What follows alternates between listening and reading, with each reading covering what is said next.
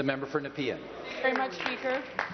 As community leaders, we hope and we pray that a crisis never hits our community, that we never have to be with a family that is in desperate need.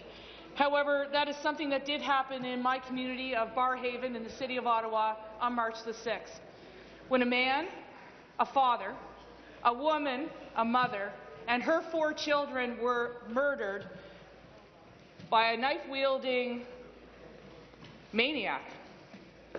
My colleagues in Ottawa, we stood together with the remaining family member, the father of the 4 children and the husband of the woman, to mark the sadness and tragedy that befell him and our community. I ask all members to think, if you're a parent, about the children that you've reared and raised.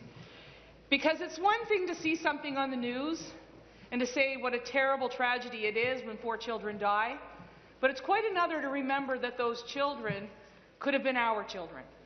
For example, a 2.5-year-old child, Kelly, was murdered.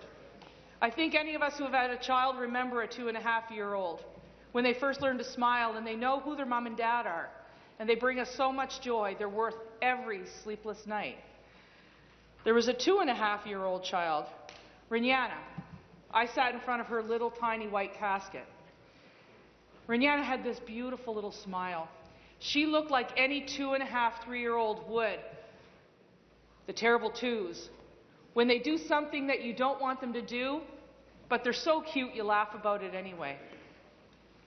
Then there was the 4-year-old sister. She was just beautiful. She had such a smile. Her name was Ashwini, and she had just started school. She was in that age where we remember our children becoming little people. They weren't quite babies. They're not quite big kids that go to elementary school, but they're just starting out. And you're starting to understand if they like the maths, the sciences, if they're into English and reading books, or if they like to draw and they're more creative. And then a grade 2 student, 7 years old, a young boy, Anuka, who loved to play soccer with his friends and have lots of fun. That's who died in my constituency on March the 6th, senseless, tragic deaths. And the family, though they were Sri Lankan and of course they were also Buddhist, I reminded them that they were also Barrhavenites. From the 911 call from a neighbor, to the local police who attended on the scene, to the paramedics who looked after the victims, as well as the father who had to go to the hospital staff, and of course the nurses and doctors there, straight through to the teachers at Monsignor Paul Baxter School, who had to explain to all of the students there the next day why 2 of their seats, 2 of their desks were empty. No words can express their tragic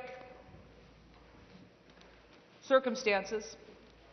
All I can say, I know, Speaker, on behalf of every good person in this chamber, of which every one of us are, that we wish that their memories be a blessing and that may justice be served. Thank you.